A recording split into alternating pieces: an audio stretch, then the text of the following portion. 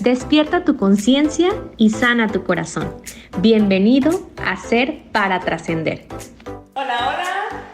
Ay, qué gusto estar aquí nuevamente en nuestro podcast de Ser para Trascender, en esta quinta temporada que la verdad es que lo estamos disfrutando muchísimo, nos encantan estos temas que le hemos puesto a esta temporada bajo el mismo techo. Ya ustedes irán dándole el porqué de este título.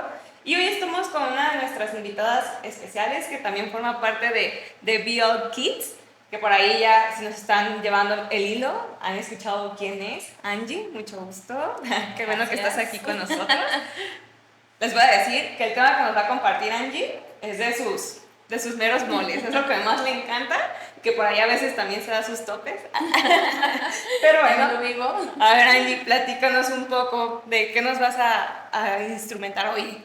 Hola, buen día, qué gusto saludarlos de nuevo. Yo quiero compartirles este tema que no es solo un tema más, es un tema que a mí me apasiona, como bien lo dice Celi, que es la crianza. La crianza asertiva es el tema del día de hoy que queremos compartir en este podcast con ustedes. Y justo la intención es brindar, ¿no?, algunas herramientas, algunas pautas, algunas luces que nos puedan orientar en criar a nuestros pequeños, ¿no? Desde los primeros años hasta que nos dejen acompañarlos, ¿no?, en el proceso. Hasta que nos dejen en este proceso intervenir, acompañar, guiar todo lo que podamos hacer para orientar a nuestros pequeños. Entonces, sí quiero compartirles como algunas pautas que en mi trabajo tanto profesional como en mi trabajo más importante, que es el de casa, en el día a día me ha servido muchísimo. Cosas que he aprendido, sí en libros, sí en ponentes, pero sobre todo, Celi, cosas que he aprendido dándome de topes, como bien decías, ¿no?, con la vida. Es como he aprendido estas cosas de diferentes maneras, pero al final he llenado como esta mochilita de crianza de herramientas, ¿no?, que si bien no nos garantizan una formación, una crianza perfecta, sí nos dan muchas formas de abordar todos los retos que nos vamos a encontrar en el día a día. Cada familia es diferente, cada niño mucho más, no se diga. Sí, tal cual. Tú sabes, tú recuerdas perfecto que desde que estudiamos como familiólogas nos decían, ¿no?, los profesores, sobre todo de pedagogía, que no hay un libro, no hay un manual, que qué ganas, ¿no?, que hubiera un libro, un manual que nos dijera paso 1, haz esto, paso 2, haz esto, pero no lo hay, ¿no? Y la razón por la que no lo hay no es porque alguien no nos quiera hacer el favor y nos estén ocultando ahora sí que las primicias y el tesoro de la vida de cómo hacerlo. No lo hay porque para cada familia los pasos son diferentes, para cada niño los pasos son diferentes, cada niño es un mar que tenemos que explorar y que tenemos que acompañar, y que no hay ese 1, 2, 3, ¿no? Sin embargo, sí hay muchas herramientas que nos pueden orientar del desarrollo de nuestros niños y cómo podemos entender qué es lo que sus conductas o lo que su etapa nos está gritando, ¿no? Y que a veces como papás no sabemos traducir, no sabemos entender hasta que pasan muchas cosas, ¿no? Entonces, esa es como mi intención del día de hoy, poderles compartir las pautas que yo he encontrado en este camino, no como una versión absoluta o única, sino como un camino dentro de muchos que hay para abordar esta parte de la familia, que es esencial. Estamos ahorita bajo el mismo techo porque es ahí donde se da la primera experiencia familiar, ¿no? Claro que la familia abarca mucho más, la familia extensa, no solo la de origen, pero específicamente el tema de crianza va más orientado a nuestros abordajes bajo el mismo techo en casa, de cómo criamos, cómo acompañamos estos procesos de desarrollo de nuestros chiquitos, ¿no? Me encanta escucharte porque esa experiencia que tienes nos va a enriquecer muchísimo, más allá de lo que podemos decir, no soy papá, ¿no? O sea, yo no soy mamá, pero creo que nos ayuda también a comprender mucho de las acciones que otras personas están viviendo por la forma en que fueron acompañados desde su hogar, ¿no? Entonces me encanta.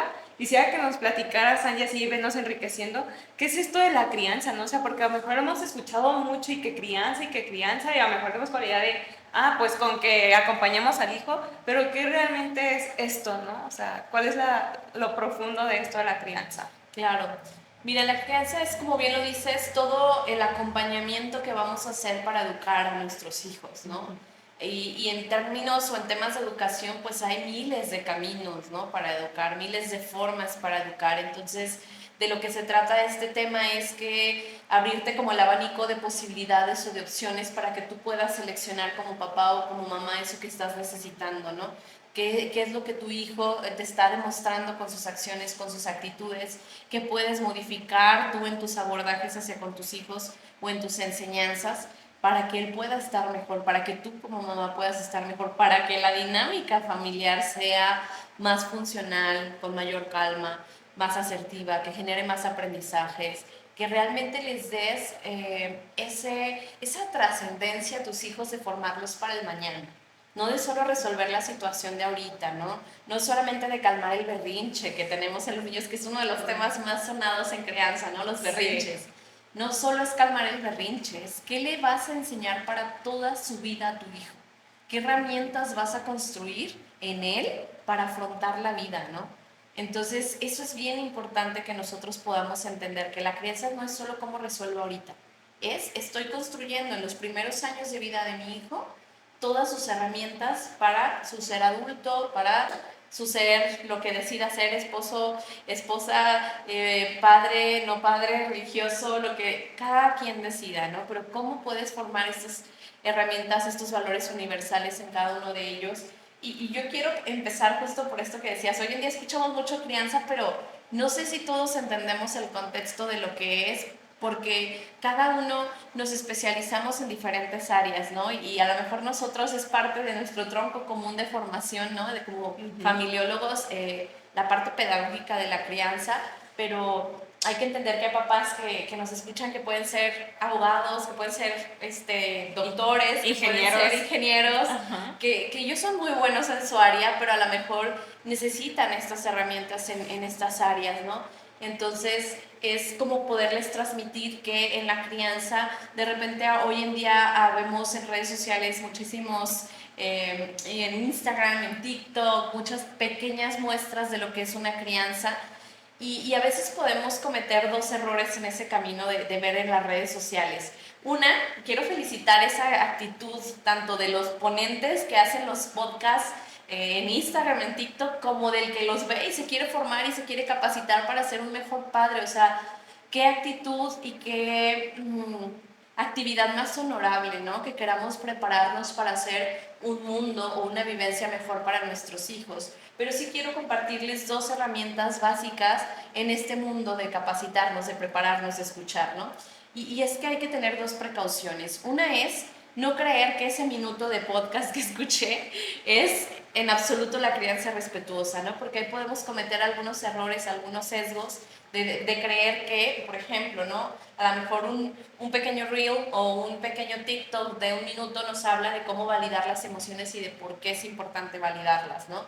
Pero entonces nos centramos 100% en validar y no entendemos que dentro de esa validación o la validación está dentro de un proceso mucho más largo, que también implica límites, que también implica estructura, que también implica hábitos. Y ese cuidado sí quiero invitarlos a todos a tener, ¿no? Que no nos centremos solo en ese minuto. Sí investiga, pero sí aprende, pero hay que darnos cuenta que es un proceso mucho más largo que solo la validación de nuestros niños, ¿no? Y en ese sentido, el segundo cuidado que quiero mencionar es tampoco por estar viendo reels, por estar leyendo libros, por estar viendo charlas, ahora mismo que están tomando este podcast, ¿no? Quiero invitarlos a que el hecho de que se documenten de tanta información a la que tenemos acceso hoy en día no nos lleve a desvalidar esta parte paternal que tenemos, ¿no? A poder nosotros no desvalidar nuestra percepción, nuestra empatía, nuestro conocimiento de nuestros hijos, porque a veces nos sesgamos tanto de escuchar o hacer lo que el ponente dijo o lo que el TikToker dijo, el influencer dijo, que nos desconectamos de lo que nosotros estamos realmente viendo en nuestro hijo, claro, de este sentido común que podemos tener nosotros al ver una situación con ellos. Entonces, sí quiero darles pautas, sí quiero invitarles, compartirles esta experiencia que yo he vivido como un camino más, pero que tengamos esos dos cuidados en este camino de abordar la crianza, ¿no? Y en ese sentido yo quiero empezar hablando de la sobreprotección. Híjole. Empezamos muy agresivos. Muy fuertes, empezamos muy fuertes. Pero es un tema súper, súper común el día de hoy, ¿no? O sea, yo entiendo, hay que entender nuestro contexto cultural e histórico, venimos de crianzas, todavía en nuestra era venimos de crianzas muy autoritarias, ¿no? Ya sea que a lo mejor no nuestros padres, sino los abuelos, pero históricamente venimos de crianzas sumamente autoritarias, donde se invalidaba por completo las emociones, los gustos, los deseos del hijo, ¿no? Donde todo era, ahora sí que el porque lo mando yo, ¿no? El papá que dice se va a hacer esto y se va a hacer esto, ¿no? Este clásico papá que decíamos con la mirada nos mandaba al cuarto, nos decía qué hacer, entonces venimos de estas crianzas que en muchas historias de vida, que eso es súper importante, que entendamos que cada persona tiene su historia, que muchas historias de vida generó heridas muy profundas, ¿no? Claro que entendemos y hay que entender si queremos realmente sanar, resignificar, crecer para poderles transmitir una vivencia diferente a nuestros hijos. Hay que entender que pues no, la intención de los papás autoritarios nunca fue lastimar, ¿no? Sí. A veces es una consecuencia de sus crianzas, pero su intención era educar, su intención era amar a través de la educación, que si no lo hicieron de la forma adecuada, que si en el camino te lastimaron, te hirieron, bueno, va a pasar más de alguna vez, porque ningún papá somos perfectos y partiendo de ahí hacernos a la idea de que también nos va a pasar a nosotros, también vamos a lastimar a nuestros hijos, pero claro, lo que buscamos es que esa herida vaya siendo cada vez lo más pequeña o las menos posibles para que el proceso de sanación sea más fácil para nuestros hijos, ¿no? Entonces, en ese sentido, sí, hay que puntualizar que venimos de crianzas autoritarias. Me encanta escuchar esta parte, Angie, porque creo que muchas veces he escuchado a muchos papás, ¿no? Esta preocupación de qué crianza, cómo se le hace, cómo le hacemos, lo estoy sobreprotegiendo, le estoy haciendo esto, le estoy haciendo aquello.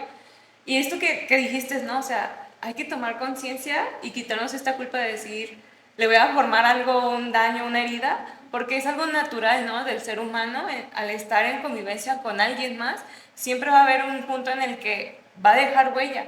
La idea es que vayamos dejando huellas bonitas y que no lastimen tanto a la persona, pero definitivamente pues cada persona también va a tener esta capacidad de decir, me hace daño o no me hace daño, ¿no? Y de ir resignificando todo lo que va viviendo, pero como padres creo que es algo indispensable, ¿no?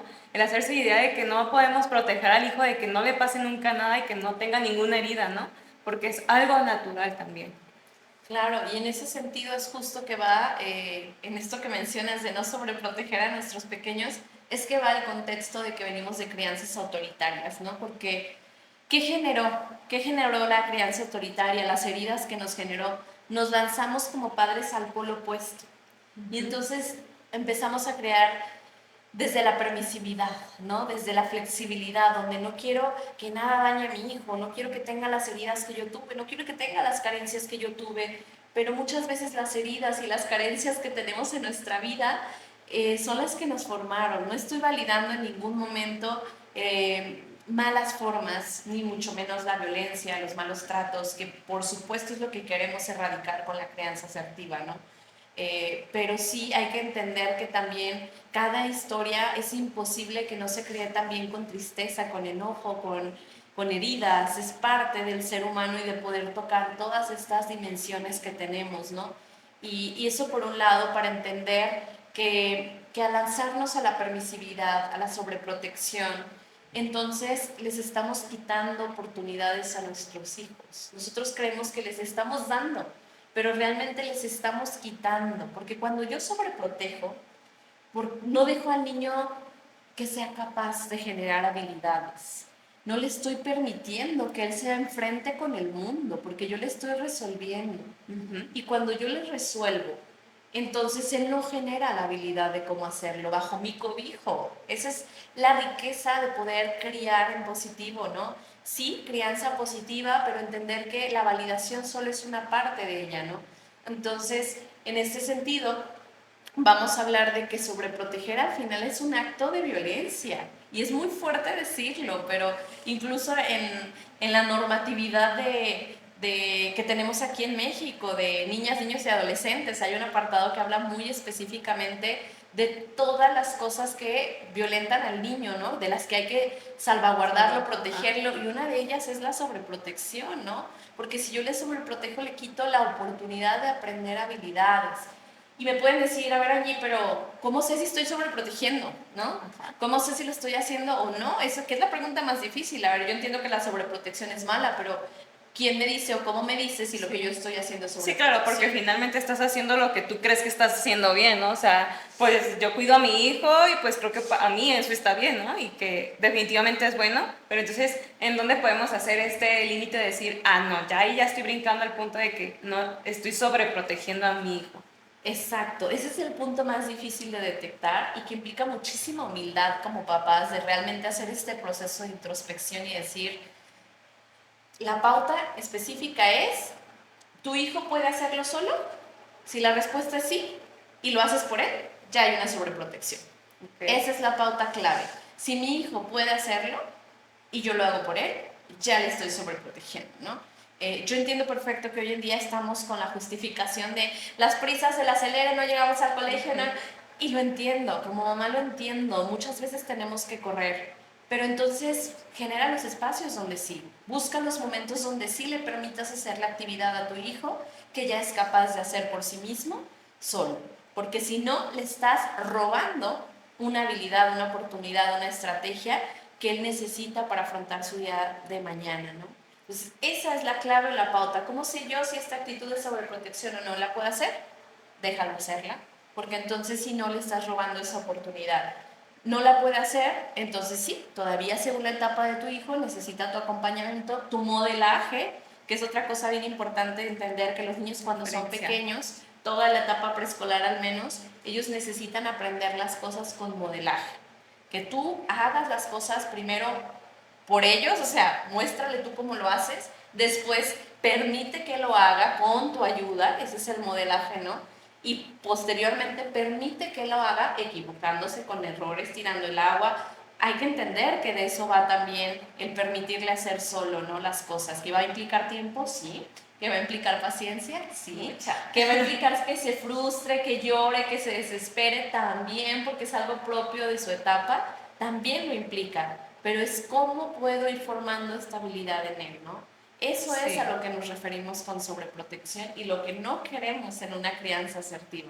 Qué fuerte lo que estás diciendo, porque yo creo que todos, yo lo miro en mí, ¿verdad? Yo no soy mamá, pero pues tengo sobrinos y muchas veces sí, nos topamos también con esta parte de decir, bueno, yo no lo tengo que criar, pero qué cosas que sí pueden hacer los sobrinos y que a veces dices, no, o sea, yo lo hago porque es más rápido que yo lo haga, esperar a que él lo haga, ¿no? Y que esto, pues lo veo en los papás, digo, pues sí, totalmente, o sea, siempre traemos las prisas y entonces, no, pobrecito, luego viene del colegio y está cansado, pues no, hay que ayudarle, ¿no? Entonces, este punto importante también creo que habla mucho de podernos mirar a nosotros como tíos, como padres, de decir, pues no se trata del niño, ¿no? O sea, yo soy el que no estoy permitiendo que el niño se desarrolle por mis prisas, por eso cuando decías paciencia digo mucha, ¿no? Porque definitivamente tenemos que hacer esos altos necesarios para que los niños aprendan a hacerlo. Claro, o sea, cosas tan sencillas, ¿no? Como el que los niños coman solos, como que, o sea, no me refiero a que coman aislados de la familia, sino por su cuenta, que muchas veces está esta parte más del adulto, ¿no? Es que me va a hacer un tiradero, es que me va a ensuciar, es que sí es bien cansado, sí es bien desgastante como mamá, tampoco se trata de romantizar esta parte y de decir, ¿no? Todo es hermoso, también le queda el tiradero, no es cierto, también son retos para nosotros, pero son parte del proceso, ¿no? Son parte de esta inversión familiar que hacemos para criar a nuestros pequeños en aras de su mejor bienestar. Entonces, claro que cosas como eso, como que sea independiente al comer, al quitarse y ponerse una chamarra, al abrocharse una agujeta, al que prepare sus cosas para el día siguiente para la escuela, que contribuya en algo de casa, porque a veces es esta mirada tanto en que el niño esté bien, que reciba una mejor educación, que tenga mejores cosas que yo, que nos olvidamos que el niño necesita sentirse productivo, parte de una familia, con responsabilidades, que el niño se sienta retado, exigido en cierta medida, también habilita una valía en él, ¿no? Sí, claro. Y aquí vemos cómo esta parte, incluso cuando somos adultos del trabajo, es algo más que buscar una remuneración. El trabajo al final es mi aporte al mundo, mi aporte a la sociedad. Y eso es lo que necesitamos transmitirle a un chiquito, que se sienta productivo, funcional, claro, a su etapa, a su edad, a su nivel, pero necesitamos permitir que él sienta esa satisfacción de lo logré, pude hacerlo.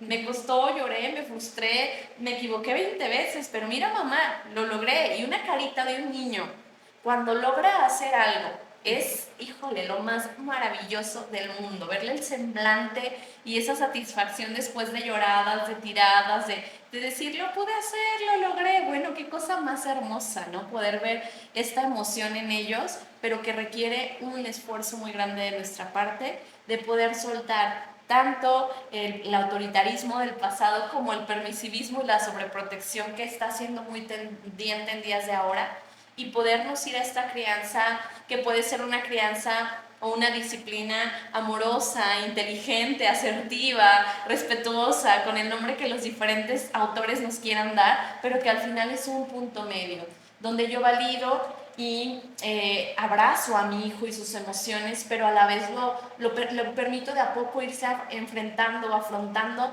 el mundo que le espera en el mañana, ¿no? En vez de que llegue de golpe cuando él se haga un adulto, yo le empiezo a dar pequeñas pautas del mundo para que sea un aprendizaje pedagógico que el niño vaya teniendo y no un golpe de realidad, ¿no? Entonces, esa es la invitación que hacemos a través de esta crianza. Y quiero compartirles algunos autores. Ustedes pueden decir, bueno, yo quiero saber más, quiero entender más. Algunos que son un referente muy importante para mí en este proceso que he tenido de aprendizaje sobre la crianza. Está, por ejemplo, Rosa Barocio, que lamentablemente falleció justo ahora en tiempo de pandemia. Una excelente maestra y autora que trabajó en el mundo escolar, que tiene disciplina con amor, tanto dirigida para niños, para adolescentes y para maestras en el aula también. Es un punto de referencia magnífico. Rosa Barocio nos da muchísimos ejemplos que nos pueden ayudar también. Y también, por ejemplo, Vidal Schmil, en disciplina inteligente, él aborda también muchas de estas razones de por qué la sobreprotección no les permite habilitar estas herramientas y esta disciplina, que sí con amor, que sí te abrazo, que sí te apapacho, pero no te quito la oportunidad de afrontar el reto o el mundo, ¿no? Entonces, esta es la invitación básicamente que yo les quiero invitar a que tengamos en la crianza con nuestros niños, que para mí los niños son todo, o sea, entonces me apasiona mucho esta etapa por los periodos sensitivos, Eli. Tú sabes que no hay vuelta atrás, o sea, esta etapa es una etapa tan rica, tan blanda en el cerebrito de los chiquitos, donde su cerebro todavía tiene tanta plasticidad para aprender, o sea, se puede acomodar y formar según los hábitos o las pautas que nosotros les vayamos marcando, que para mí me parece vital, de suma importancia que podamos aprovechar estos periodos sensitivos donde ellos aprenden más rápido o hacen propio un conocimiento como suyo, ¿no? Claro. Es tan delicado esa parte, y que no digo que más adelante no se pueda generar, pero el esfuerzo para generarlo es el doble. Así es, tendría que ser mucho mayor. Entonces, por eso me parece tan esencial los abordajes que como papás, como maestros, como tíos, como me lo comentabas tú, podemos tener en las infancias en general, no en todos los chiquitos, ¿no? Independientemente de la edad que tengan. Y en ese sentido creo yo que la diferencia entre lo permisivo, la sobreprotección y la disciplina inteligente, positiva, respetuosa, creo yo que el punto de diferencia son los límites. Hacemos una pausa para preguntarte, ¿te ha pasado que al escuchar uno de nuestros episodios te quedas con alguna inquietud, duda, ganas de profundizar o invertir más tiempo en ti? A nosotros sí. Por eso queremos ayudarte a lograr este objetivo compartiendo algunas de nuestras consultas como acompañamiento a pareja, crianza, duelo, sanación de heridas y mucho más. Te invito a que visites nuestra página web www.peolfam.com, donde encontrarás talleres, materiales, conferencias y mucho más que te ayudará a vivir de una forma más plena tu vida. Y ahora sí, continuamos con el episodio. Y ese sí es un tema muy importante también. Muy bien. Híjoles, creo que es un tema que nos podría llevar así horas, ¿no? Hablando de crianza. No sé, por ejemplo, tú ahorita mencionabas estos ejemplos, ¿no? De de que va a ser necesario que el niño se frustre, llore, o sea, que se enfrente. Claro, un reto siempre va a incluir un esfuerzo, ¿no?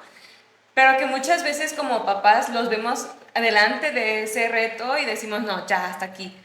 ¿Qué tú les dices o qué les dirías a los papás, ¿no? Para saber hasta qué punto sí dejar que el niño se frustre, llore, haga su berrinche y cómo como papá lo pueden afrontar, ¿no? Porque podemos decir fácilmente, no, pues que haga el berrinche, ¿no? Es parte del proceso, pero hasta qué punto y como papá o por ejemplo tú como mamá, ¿cuál ha sido como tu mayor punto de decir, sí, que lo haga, respira o qué haces como en ese momento tú, ¿no? Porque, bueno, yo he visto, por ejemplo, en el súper, en las tienditas, que el niño quiere esto y si no se lo das, el berrinche, ¿no? Y puedes decir, no, pues acompañas el berrinche, pero hay momentos en que, a ver, ¿cómo se hace esto? Claro, Celi, mira, mencionas un ejemplo bien importante, ¿no? El del súper es muy trillado, pero es un ejemplo muy práctico. Digo, yo sé que no a todos nos sucede ahí en el súper, cada niño, como bien lo decía al principio, es diferente, cada Sí, papá claro. también, y va a ser diferente cómo se presente. El ejemplo solo se utiliza para abordar las herramientas que utilizamos, ¿no?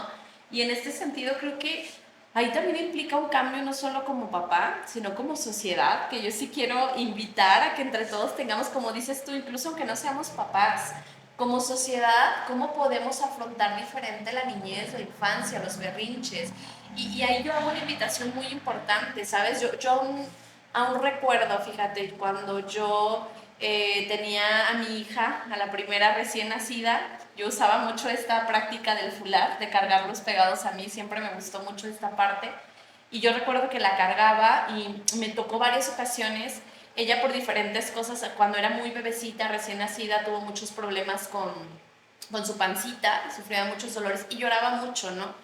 Lloraba mucho por esta parte de que luego se empezó a ver que es intolerancia a la lactosa, todos estos procesos que de repente pasan a algunos bebés. Y yo recuerdo que yo me subía al transporte público, ya sea tren, camión, lo que sea, y los semblantes, ¿sabes? De las personas hartos, intolerantes, porque todo el tiempo era una mirada que si bien no te hablaba, te decía, bájate, calla ese niño, ¿por qué está llorando? O sea, una intolerancia como sociedad ante el llanto, ante el berrinche, que a mí me parece que desde ahí tenemos que cambiar. Y te digo por qué, porque creo yo que el problema no es el berrinche, ¿sabes? O sea, sí, el problema no es el desborde del niño, porque esta parte es natural, porque si su cerebro todavía se está formando y entonces no tiene los recursos para autorregularse y para controlarse. Se los está aprendiendo y para eso es el berrinche, para que su cerebro registre y aprenda. Yo con esto no quiero validar y no vayamos a ir al otro polo de, entonces dejo que mi hijo haga los berrinches que quiera, ¿no? Que se tire cuando quiera y... No, no quiero decir eso, quiero decir que sea el mal menor y que a veces habrá que pagar el precio de escuchar un berrinche por generar una habilidad o un aprendizaje. Entonces, si el berrinche está haciendo por generar una habilidad o un aprendizaje, déjalo ser, déjalo estar el berrinche, porque ese no tendría que ser el problema, porque a veces nosotros vemos a un niño en berrinche y automáticamente, niño mal educado, niño mal criado, ese papá no sabe educar, juicios, juicios, juicios, ¿no? Y los juicios nunca ayudan a la crianza, Celi. Entonces, sí hay una metodología, un propósito en lo que estás haciendo y dentro de ese proceso hay una parte en la que implica que el niño llore, se aviente al suelo, berríe, ok, hay que dejarlo y hay que dejarnos de preocupar o pensar que un niño que hace un berrinche es un niño mal educado. A veces es un niño que está aprendiendo. Entonces, hay que desvincularnos de esa parte de cómo vemos o cómo abordamos el berrinche, primero como papás y después como sociedad, ¿no? Cambiar esa percepción. Entonces, sí hay que validar esa parte, pero siempre siendo parte de un proceso de enseñanza, no como algo que, pues ya sé que así es, ¿no? Ay, Angie dijo que es normal, lo voy a dejar hacer todos los berrinches. No, tampoco. Hay un límite. Si hay un límite que tú decías, ¿hasta dónde? No podemos permitir que el niño pegue, que el niño aviente, que el niño te pegue a ti como mamá, te jale o jale a otros niños, a otras personas, destruye un estante del súper, ¿no? Eso no lo podemos permitir. Me dirás tú, ¿cómo no lo permito? ¿No? ¿Cómo lo detengo, no? ¿Cómo lo Hay diferentes herramientas, ¿no? Va a depender también del chiquito. Hay niños que abrazarlos es suficiente. abrazarlo y contenerlo, ¿no? Me dirás, pero ¿cómo lo abrazas cuando te está haciendo un berrinche, ¿no? Si al contrario el niño tiene que aprender límites, si lo abrazas está siendo contraproducente porque entonces lo estás chiqueando, que es una palabra muy común. Sí. Y la realidad es que no el cerebrito del niño no funciona como el de los adultos. Si tú lo abrazas, le estás ayudando a controlarse, a contenerse, a corregularse. Y hay niños que les funciona el abrazo. Y si tú lo abrazas y se contiene, eso puede ser una forma de dejar que no pegue, que no aviente, que no. Hay niños que no les gusta que los abraces, que no les gusta que estés cerca, se sienten como apachurrados, se sienten...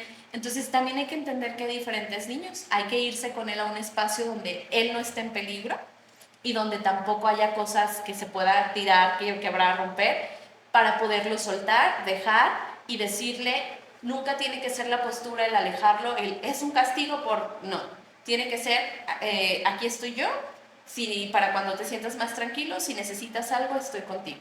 Esa postura de te acompaño, de tú te estás regulando y yo te acompaño en el proceso. Y es ese límite de yo no te voy a permitir que me pegues, no te voy a permitir que pegues a alguien más, no te voy a permitir que tires cosas, porque soy el adulto que sabe y que contiene, pero sé que ahorita no puedes controlarte y vamos a esperar aquí, ¿no? Entonces, ¿qué me implica? A lo mejor ya no pude hacer el súper, ya no pude, ya mis tiempos, llegué tarde.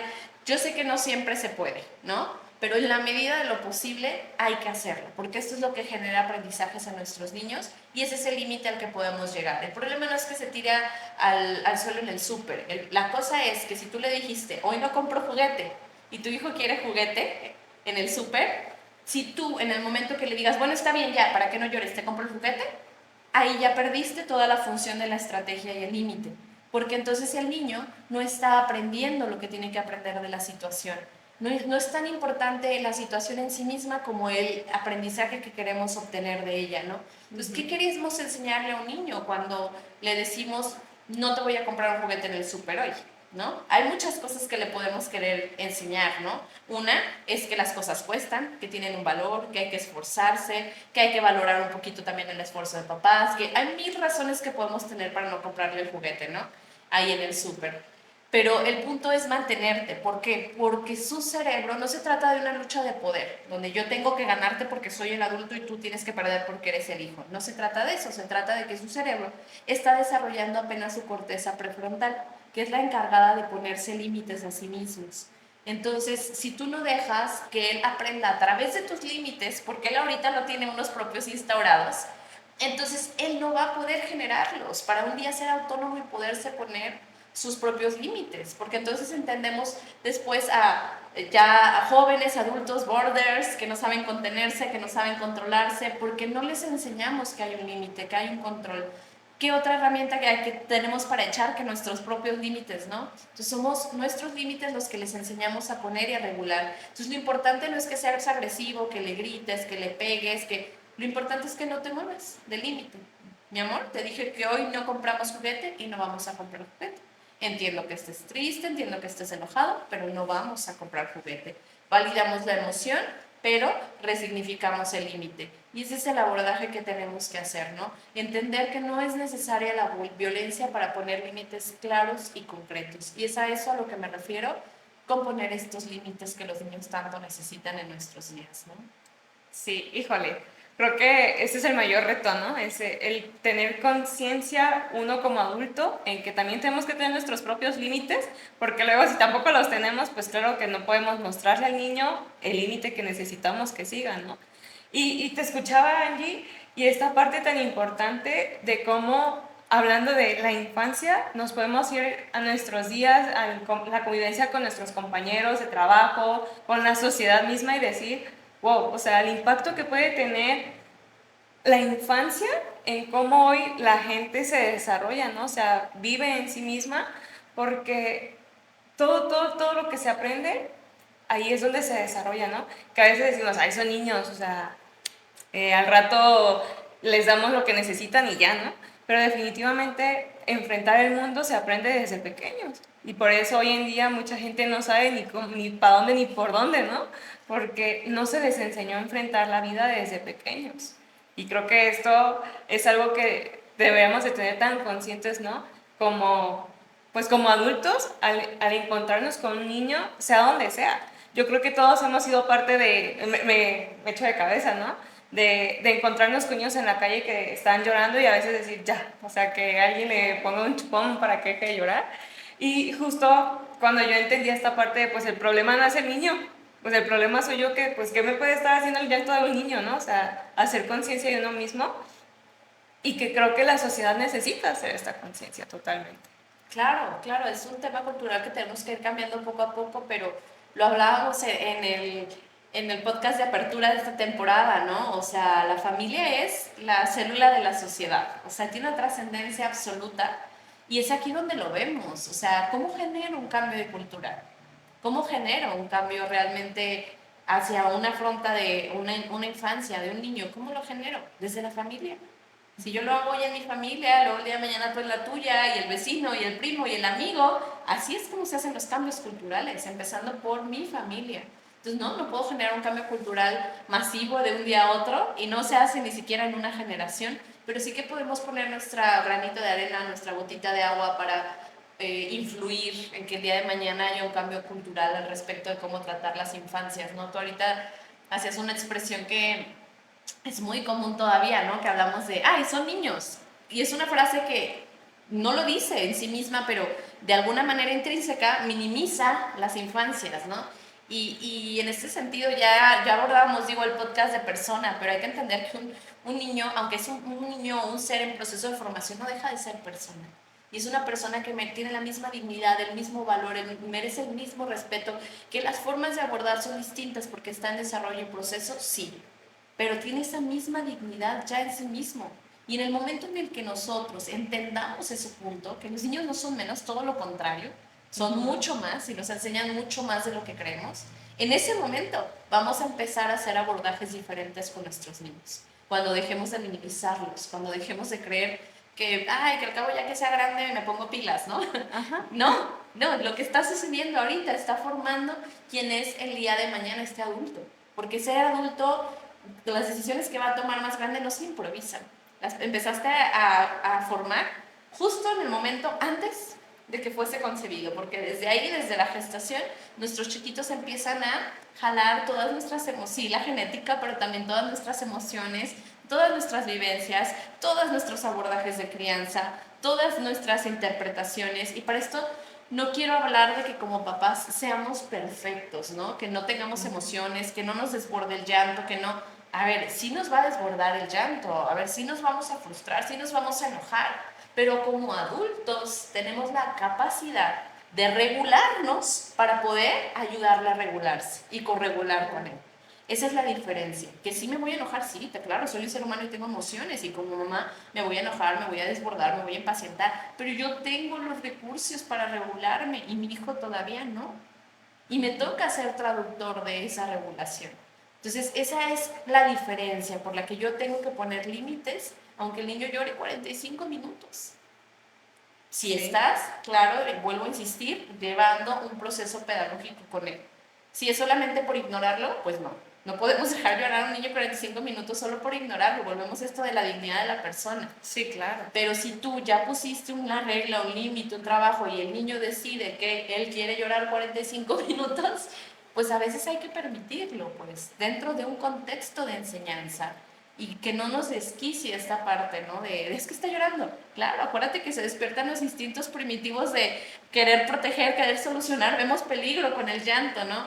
Pero hay que aprender a integrarlo con los recursos que como adultos tenemos. Y si no los tengo, hay que generarlos, hay que formarlos, hay que buscar herramientas que nos ayuden primero a esta parte de podernos regular nosotros mismos para luego poder regularlos a ellos, ¿no? Pero sí, justamente es esta parte de poder aprender a poner límites a nuestros hijos.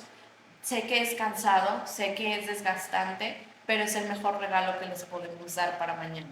Sí, claro. Yo tengo así, pienso, ¿no? Cada persona es cada persona, ¿no? O sea, tan específica, tan diferente, como un papá puede ver de qué forma tiene que criar a cada hijo, ¿no? Porque probablemente pues ya tienes la experiencia del primero y quieres seguir como el manual que tú misma has formado para criar al segundo, ¿no? pero que luego lo están y se pueden llegar a frustrar en decir, no, no funciona igual, ¿no? ¿Qué pautas tú les dirías a los papás? A ver, ten paciencia, o cómo le puedes decir a un papá cómo conocer a su hijo, a sus dos hijos, para poder darles pues lo que necesitan a cada uno. Claro, esta tendencia que tú hablas de comparar involuntaria e no intencionalmente a dos hijos o tres o más cuando se tienen varios, es algo casi natural, ¿no? Podríamos decirlo. Son nuestros únicos marcos de referencia y entonces hablamos de fulanito logró caminar a tal edad y fulanito logró a tal edad y fulanito, entonces es normal, lo entiendo, es natural, pero ciertamente cada proceso es totalmente diferente. ¿Qué hay que saber hacer? ¿Cómo manejarlo de forma diferente? Así como hicimos con el primero, hay que saber ver, hay que saber observar, hay que saber escuchar cuando el niño ya habla, lo que siente, lo que dice, lo que piensa. No todo significa igual para todos, hay percepciones muy diferentes. Entonces hay que saber estar al tanto de, pero si no estamos conectados con nuestros hijos, si no les dedicamos tiempo, si no les dedicamos un poquito de nuestra atención al 100%, va a ser complicado que nosotros nos demos cuenta las razones del por qué están abordando la situación de forma diferente. Entonces, eso es bien importante, irnos a entender cuáles están siendo los detonantes. Siempre hay detonantes que hacen que se le dificulte más una cosa, o al revés, que le sea también más fácil una cosa, ¿no? Entonces, eso es lo que hay que saber, observar, ver y escuchar a nuestros niños. No porque vayamos a hacer todo lo que ellos quieren, sino porque necesitamos conocerlos, necesitamos saber acercarnos a ellos, abrirles nuestro corazón. Tú me puedes decir, ya, o sea, estás viendo la actualidad, que todo el tiempo corremos, porque de por sí las exigencias sociales para una mamá son máximas, que el pediatra, que el peluquero, que la natación, que la escuela, el colegio, que ¿en qué momento quieres que yo me detenga a observar a mi hijo, no? Entonces, no se trata de que tengas toda la vida una cámara, porque eso es sobreprotección, donde estés todo el tiempo viendo a ver qué hace, a ver si se cayó, y la mirada y la ceja y la... No se trata de eso, se trata de generar espacios donde haya realmente tiempo de calidad y de conexión, donde encuentres dónde conectas con tu hijo, con tu hija, qué es el canal donde puedes entrar con él para crear esta relación o este vínculo estrecho. Cosas tan sencillas, tan prácticas como agendar una vez al mes me voy a ir sola con mi hijo 1, otro día del mes con el hijo 2, o bueno, un mes uno y un mes otro, depende de tus tiempos. Si solo tienes media hora para dedicarles una vez al mes, dedícales esa media hora y dile: soy para ti, soy todo oídos, dime a dónde quieres ir a comer, a dónde te llevo a jugar, a dónde... Generar esos espacios donde ellos se sientan todo para ti te abre la puerta abismalmente a poder generar muchos límites, a conocerlo, a saber hasta dónde exigirlo, dónde ya aflojar y soltar. Porque esa dinámica es el arte que vivimos todos los papás, saber dónde apretar, dónde soltar, en límites, ¿no?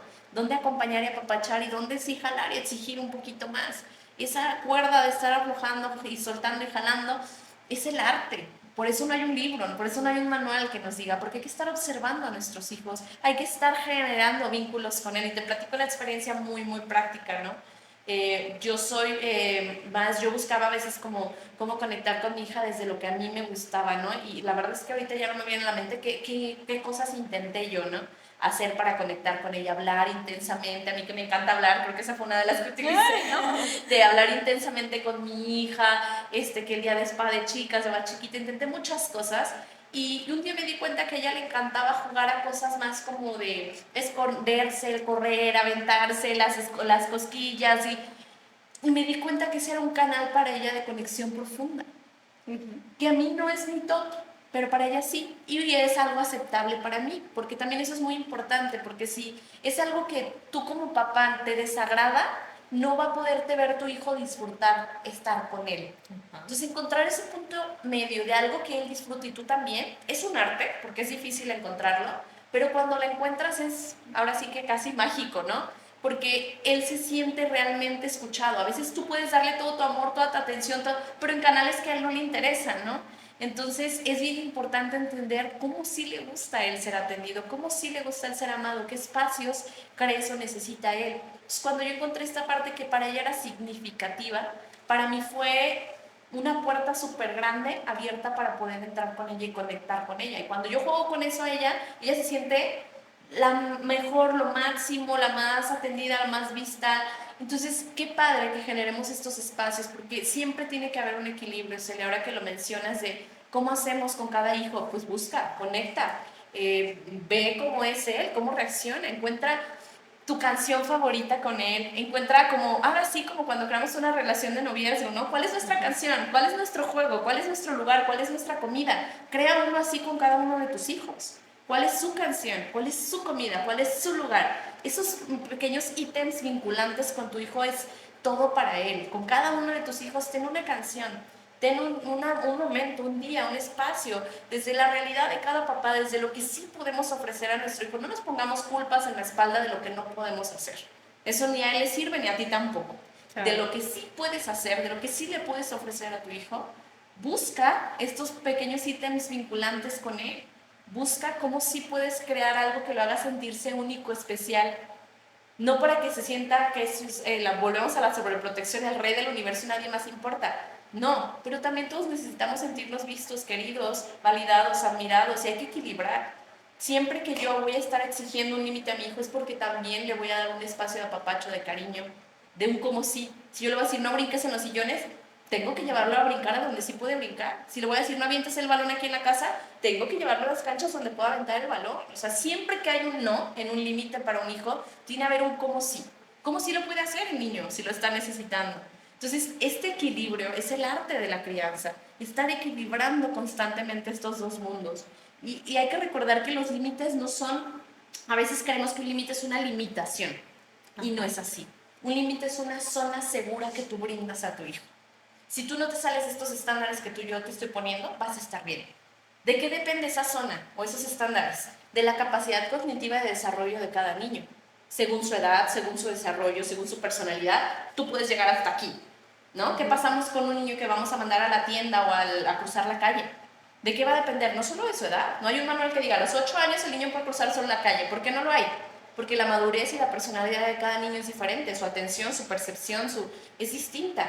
Entonces, ¿qué lo vas a hacer? De acuerdo al desarrollo del niño y a su madurez y a su personalidad, tú vas viendo qué es posible permitir a tu hijo.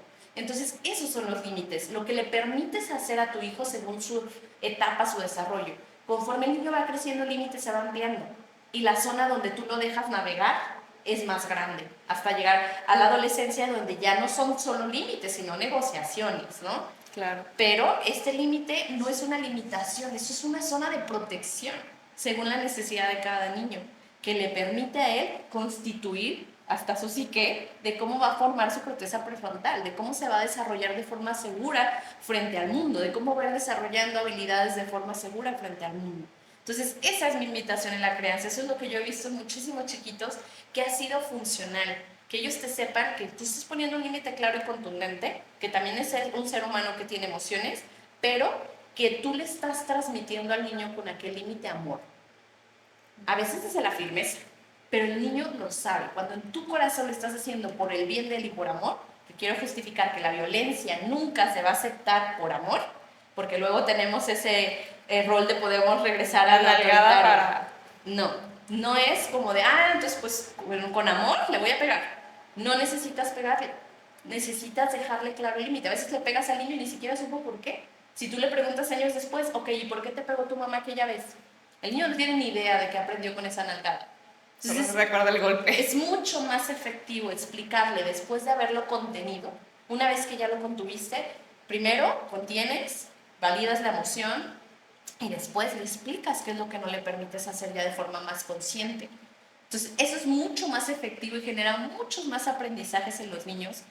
Tú misma como mamá te haces la vida más fácil porque te desbordas menos de estar insistiendo de ya te dije que no hicieras eso. Explícaselo bien, en las formas correctas, mirándole a los ojos, ya que se calmó, y vas a ahorrarte 20 explicadas más. No es que con cada niño la primera funcione. Hay niños que necesitan 5, hay niños que 1, hay niños que 20. Cada niño es diferente. Pero la forma de ser del niño te vas a ahorrar la mitad o más de explicaciones, desbordes y frustraciones familiares si se lo explicas y buscas la manera de llegar según sus canales receptivos a que si le das una nalgada, ¿no? Entonces, ese sentido es realmente cuestionarnos, ¿no? Más allá del tema ético-moral de una nalgada es buena y mala, yo les invitaré a preguntar, ¿es efectiva o no es efectiva? ¿Realmente está haciendo su función o no está haciendo su función? Porque quizá ahí es efectiva para sacar mi frustración de madre, pero al niño no le enseño nada. Entonces, esa es la preocupación que tengo al respecto de ese tipo de límites, ¿no? Que digo, Claro. no veo el aprendizaje, vaya. Sí, y cierto, esto que tú dices, ¿no? Muchas veces, o a lo mejor nos tocó también esa etapa en que los papás aprendieron a educar bajo golpes, y ciertamente la mayor parte de las personas que me han dicho, ¿no? De que yo tengo que admitir que a mí nunca me golpearon mis papás, ¿no?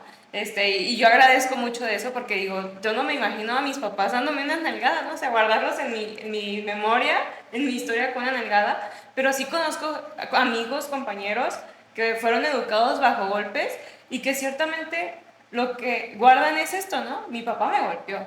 No tanto por el que bien hizo el golpe, sino mi papá me golpeó.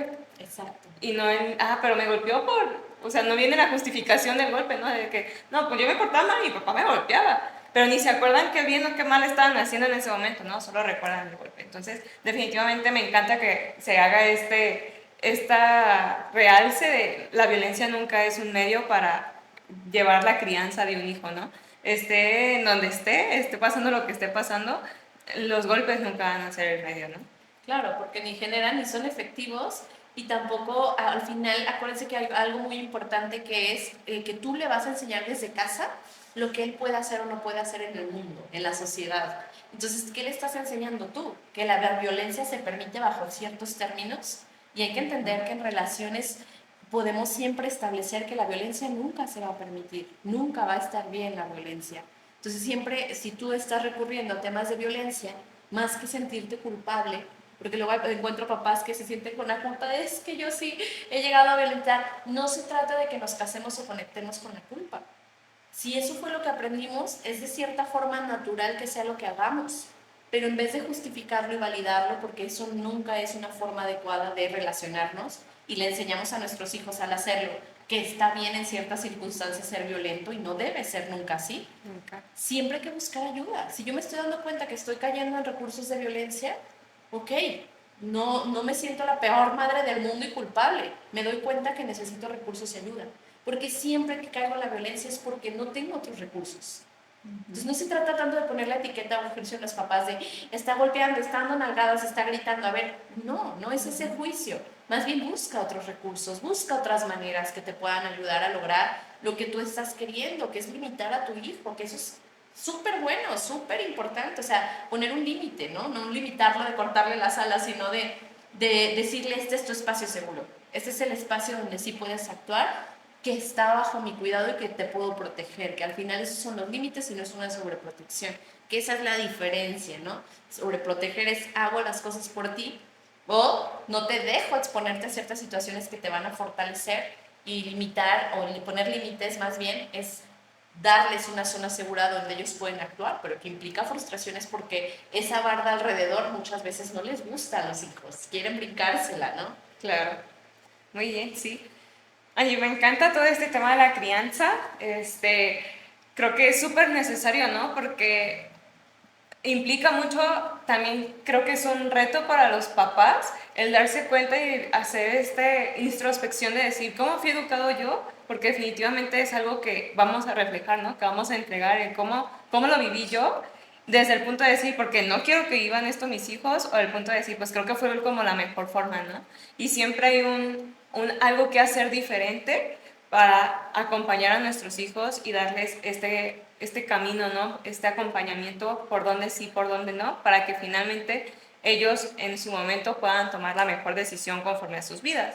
Pero ya casi se nos está acabando el tiempo, pero estaba pensando justo en este acompañamiento que se le da a los hijos, en que también está pues la familia extensa, ¿no?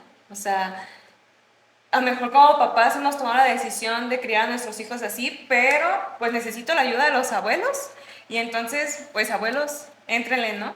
¿Cómo podemos acompañar a nuestros hijos desde, pues como padres, que también sabemos que van a entrar en la crianza, pues los abuelos, los tíos, los amigos, los parientes? Mira, es súper importante esa parte, Celi, porque como papás no podemos ser Superman, la Mujer Maravilla, no podemos hacerlo todo nosotros. Sin embargo, sí hay ciertas cosas que nos tocan más a nosotros, ¿no? Es decir, Claro. a veces es como esta parte de, es que los abuelos lo chiquean mucho, es que los tíos lo chiquean mucho, ¿cómo le hago? Yo sé que tengo que poner límites, pero ellos no colaboran, o incluso me ha pasado que quien me pregunta, oye, es que yo sí soy súper buena en poner límites, todo, pero mi esposo no me apoya. Él los chiquea del todo, no colabora. Por más que he hablado con él, no logramos ponernos de acuerdo en la crianza de nuestros hijos. Él va por un lado, yo voy por otro, que es más cercano todavía, ¿no? En la misma familia nuclear. ¿Qué pasa con todas estas situaciones, no? Mira, una pauta bien importante es que la primer obligación, no obligación, porque ni siquiera es un tema como de que sí legalmente tenemos una obligación, pero yo veo más la maternidad como esta parte o esta posibilidad, este regalo de poder darles estas enseñanzas a nuestros hijos para el futuro. Y le toca realmente a papá y a mamá, ¿no? Es decir, si tú dices, no, claro, es que mi hijo no tiene límites porque el abuelo no se los pone, pues no puedo culpar al abuelo, el abuelo todavía me está ayudando, o sea, todavía me está contribuyendo y está muy bien, porque yo no puedo ser todopoderosa y solo yo darle todo a mi hijo, no.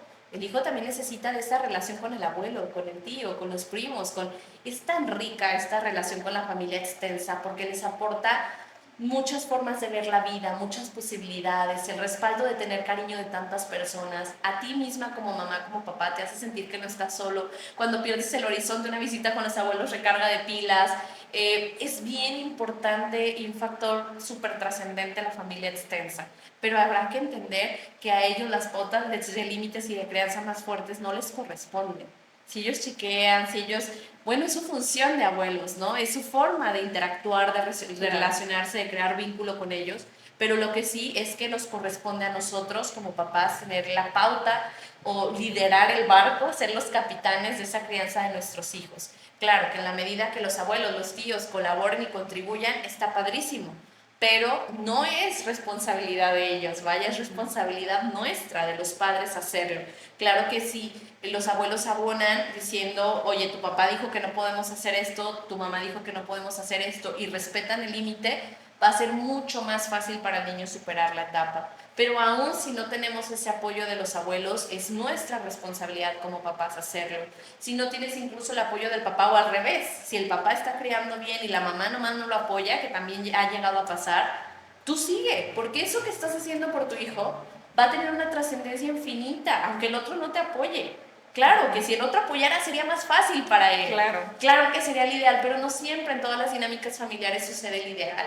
Y tenemos que seguir adelante con lo que hay, con los recursos que tenemos. Entonces, lo ideal es que tú como mamá y papá pongan de acuerdo, hagan esta crianza para los niños y que los abuelos, los tíos, los primos solo colaboren y respeten con la crianza de papás y ellos de su manera creen el vínculo con esos niños, que es tan rico ese vínculo con los demás, que ellos también necesitan aportar, ¿no? O sea, a los demás. Y te comparto a veces, por ejemplo, cuando en alguna ocasión mi mamá se ha quedado con mis hijos, ella vivía mucho así como preocupada, es que no los cuido como tú, es que no les aporto como tú, y yo le decía, si tú te dieras cuenta de lo que estás siendo para ellos, si tú dimensionaras la trascendencia del vínculo con la abuela, te dejarías de preocupar tanto y entenderías que yo no necesito que los cuides como yo porque esa es mi chamba, son mis hijos. Pero tú eres la abuela y el vínculo que tienen aquí contigo es invaluable, insustituible, es maravilloso. Eso que sí das, eso que sí aportas es un vínculo grandioso, así que déjate de preocupar y disfruta, ¿no? Entonces, qué importante que también transmitamos nosotros como papás a los abuelos esta visión hacia los hijos y no carguemos sobre sus hombros responsabilidades que no les corresponden a ellos, ¿no? Entonces, es muy, muy importante también esa visión, que agradezcamos, que valoramos y que también permitamos. Porque a veces en esas aras de sobreproteger ya no dejamos que se vinculen con nadie, porque no queremos que los eduquen de otra forma que no es como nosotros lo estamos haciendo. Pero entonces le estás robando la oportunidad de conocer más visiones del mundo, de crear nuevos vínculos, de tener contexto con su familia de origen. Y el objetivo de esta crianza, Celi, es crear hijos resilientes.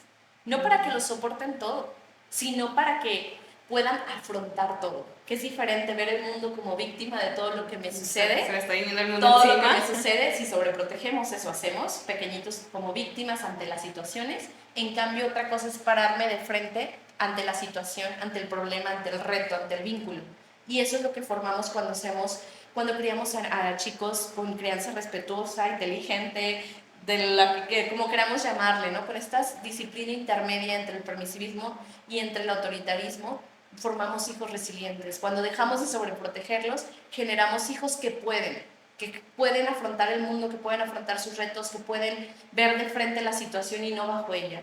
Y esa es nuestra intención como papás. Creo que todos queremos generar hijos que no tengan una vida perfecta, pero sí que tengan recursos para afrontar la vida que ellos vayan decidiendo tener. Entonces, esa es mi invitación prácticamente, Celi. Increíble, Angie. Definitivamente creo que es algo súper necesario, ¿no? Viendo nuestra sociedad, necesitamos hijos resilientes, necesitamos personas resilientes, porque si nos encontramos dentro de una sociedad en la que el mundo nos está cayendo encima, ¿no? O sea, el mundo se nos viene, no sabemos qué hacer y entonces nos quedamos atorados ahí. Y creo que es indispensable que tengamos niños resilientes, adultos resilientes, adolescentes resilientes, porque así es más sencilla la vida, ¿no? Y me encanta que esto sea el papel de los padres, ¿no? Y que esto también les quita también mucha parte de la culpa, ¿no? O sea, si lo estamos haciendo y no lo estamos haciendo mal, respiren, disfrutar también a los hijos, ¿no? El acompañarlos a ponerse de frente a los retos y decir, a ver, no nos va a matar este reto, nos va a hacer más fuertes, ¿no? Entonces, me encanta que nos compartas todo esto, que nos hables también desde tu experiencia, porque eso enriquece muchísimo, ¿no? Entonces, me encanta, Angie. Para cerrar, nos das esta idea, pero algo más que tú digas, necesito y no puedo quedármelo aquí en el corazón para que se lo compartas a todos los que nos están escuchando. Pues solo seguirlos invitando a trabajar en nosotros mismos como papás para ser la mejor versión de nosotros para nuestros hijos. Eso es básico en la crianza, tampoco perder el foco de nosotros, ¿no? De saber que si yo quiero enseñarle a mi hijo a ser cada vez mejor, tengo que crecer a la par con él. Sí, Nunca claro. terminamos de estar formados los dos. Entonces, pues estar abiertos, tener la humildad de siempre seguir aprendiendo y pues nada, que cualquier cosa, cualquier recurso que necesiten en la formación de sus hijos, es nuestra pasión, es nuestra vocación como familiólogos podernos poner a disposición de la necesidad en la que podamos nosotros ser un recurso de apoyo para ustedes y pues agradecerles que nos hayan acompañado en este podcast. Excelente, muchas gracias, Angie. Pues así como lo menciona Angie, nos encanta esto de acompañar a las personas. Sabemos que no es nada fácil porque ya desde poder acompañar es un reto, pero pues está en nuestras páginas para que cualquier duda, cualquier cosa que necesiten nos puedan escribir. Para Angie, ¿nos puedes recordar la página de internet de Be All? Claro que sí, tenemos la página primero web que es www. Ahí vamos.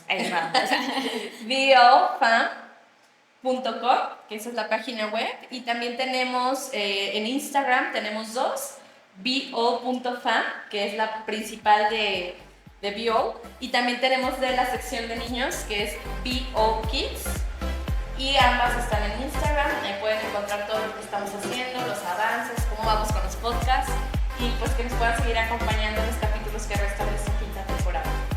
Pues muchas gracias, Angie, muchas gracias a todos los que nos están escuchando.